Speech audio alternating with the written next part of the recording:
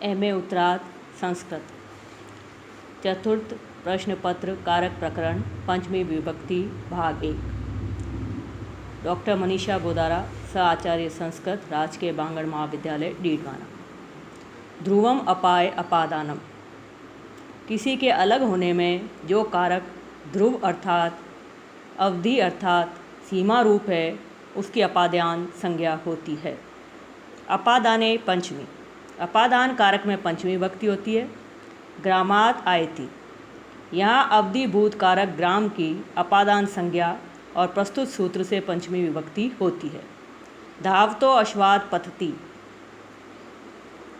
या इस उदाहरण में अवधिभूत पदार्थ अश्व स्थिर नहीं है, तथापि वह पतति क्रिया के प्रति अवधिभूत होने से अपादान संज्ञक है और उसमें पंचमी विभक्ति है। वृत्तिकार ने ध्रुवम का अर्थ अवधिभूत किया है। यदि ध्रुवम का अटल स्थिर अर्थ लिया जाता तो वहाँ अपादान संज्ञा नहीं होती। कारक की ही अपादान संज्ञा होती है, अतः जो कारक नहीं होता अर्थात जिसका क्रिया से अन्वय नहीं होता उसकी अपादान संज्ञा नहीं होती। अतएव वृक्षस्य पर्णम पत्ति में वृक्ष की अपादान संज्ञा न होने से उसमें पंचमी विभक्ति नहीं हुई है।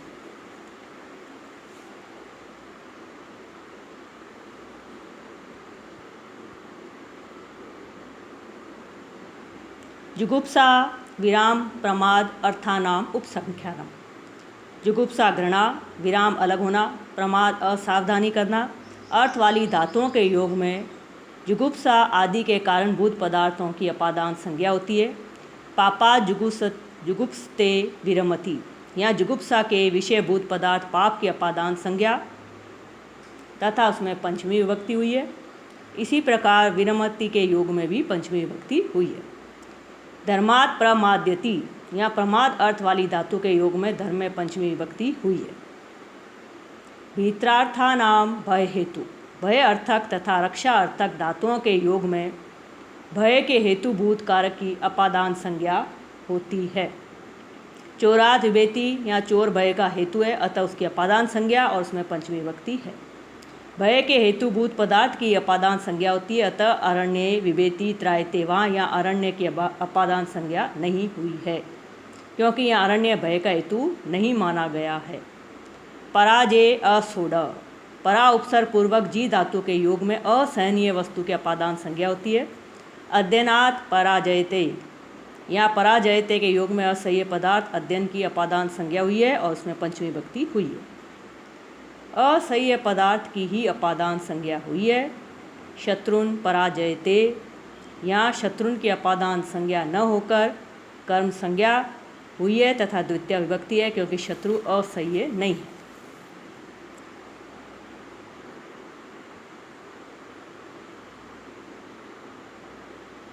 वारण अर्थानाम इप्सित। वारण अर्थ वाली धातु के योग में इप्सित पदार्थ की अर्थात जिसे हटाने की चाह हो अपादान संज्ञा होती है।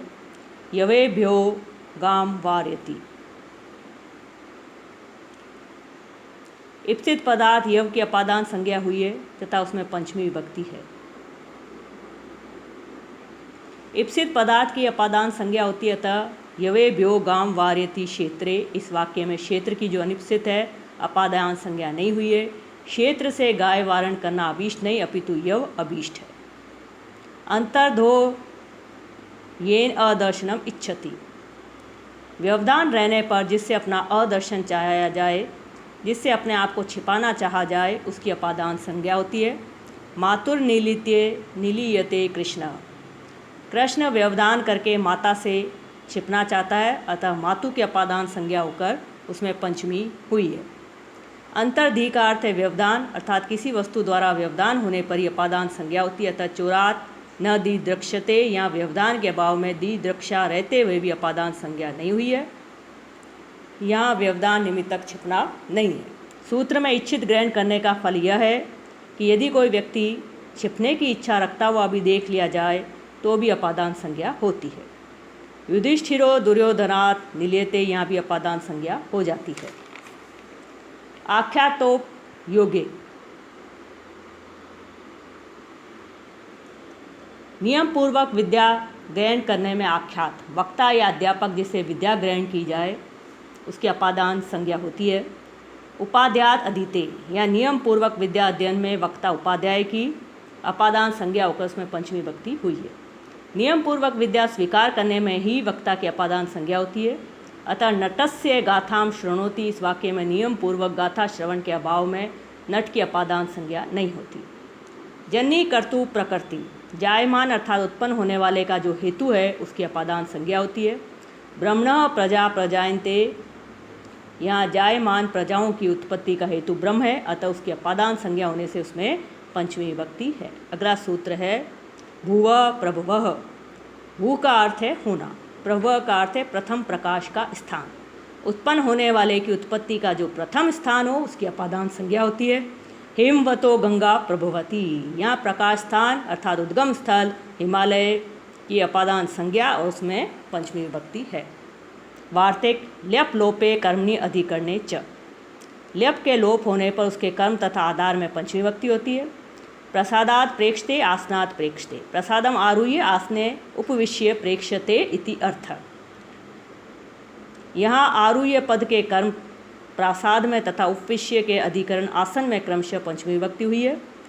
श्वशुरा जीवेति श्वशुरम वीक्ष्य इति अर्थ ससुर को देखकर लज्जा करती है, अतः यहाँ वीक्ष्य पद के योग में उसके कर्म श्वशुर में पंचमी विभक्ति हुई है।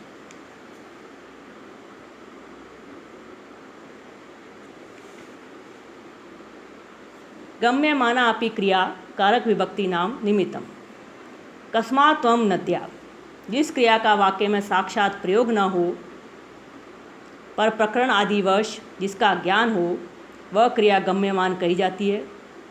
ऐसी क्रिया भी किसी भी कारक विभक्ति का कारण होती है। अतएव कस्मात् त्वं नद्या तुम कहाँ से आए, नदी से आए। यहाँ यद्यपि आगमन क्रिया साक्षात उत्पात नहीं है तथापि उसके योग में पंचमी विभक्ति होती है, अतः नद्या में पंचमी विभक्ति होती है। अतः नद्या में पंचमी विभक्ति है। अगला वार्तिक है यतश्च अध्वकाल निर्माणम तत्र पंचमी जिसे मार्ग या समय का निर्धारण नाप या संख्या की जाए उस स्थान या समयवाची शब्द से पंचमी विभक्ति होती है। अगला वार्तिक है तद युक्त युक्ताद अध्वन प्रथमा सप्तम्यो उस पंचम्यत शब्द से युक्त दूर या मार्गवाचक शब्द से प्रथमा और सप्तमी विभक्ति होती है। अगला वार्तिक है काला सप्तमी च वक्तव्या उस पंचम्यत कालवाचक शब्द से सप्तमी विभक्ति होती है। वनात् ग्रामो योजनम योजने वा यहाँ वन शब्द के स्थानवाचक होने के कारण पंचमी विभक्ति है। इस वनात् पंचम्यत से युक्त दूरीवाचक शब्द योजन है, अतः द्वितीय वार्तिक से इसमें प्रथमा और सप्तमी विभक्ति है। अतः वनात् ग्रामो योजनम योजने वा प्रयोग बनता है।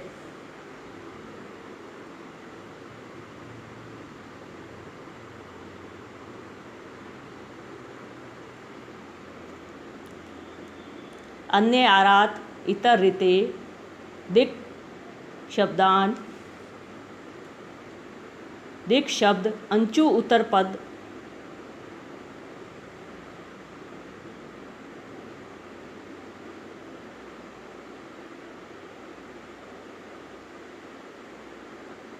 आजहि युक्ते अन्य आरात इतर ऋते दिक् शब्द अंचु धातु से बना हुआ शब्द जिसके उत्तर पद में हो ऐसे प्रत्यक आदि शब्द आज प्रत्यान दक्षिणा आदि शब्द तथा आई प्रत्यान दक्षिणाई आदि शब्द इनके योग में पंचमी विभक्ति होती है।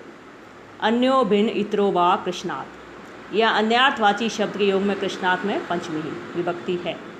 आरात वनात् आरात के योग में वनात् में पंचमी है। रीते कृष्णात् या रीते के योग में कृष्णात् में पंचमी विभक्ति है। पूर्वो ग्रामात या दिक् शब्द पूर्व के योग में ग्रामात में पंचमी विभक्ति है।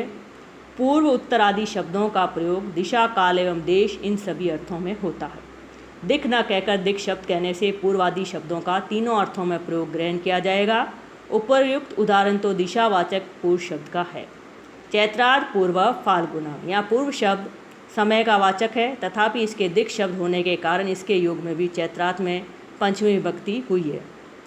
दक्षिणा ग्रामात दक्षिण शब्द से आच तद्धित प्रत्यय के आने पर दक्षिणा शब्द बना है। दक्षिणा के योग में ग्रामात में पंचमी विभक्ति है। दक्षिणाही ग्रामात यहाँ दक्षिण शब्द से आही प्रत्यय होता है। अतः दक्षिणाई के योग में ग्रामात् में पंचमी है। भवात् प्रभृति आरभ्य वा सेव्यो हरि, यहाँ प्रभृति और आरभ्य के योग में भवात् में पंचमी विभक्ति हुई है। ग्रामात् बहि, इस प्रयोग में बहि के योग में पंचमी विभक्ति है।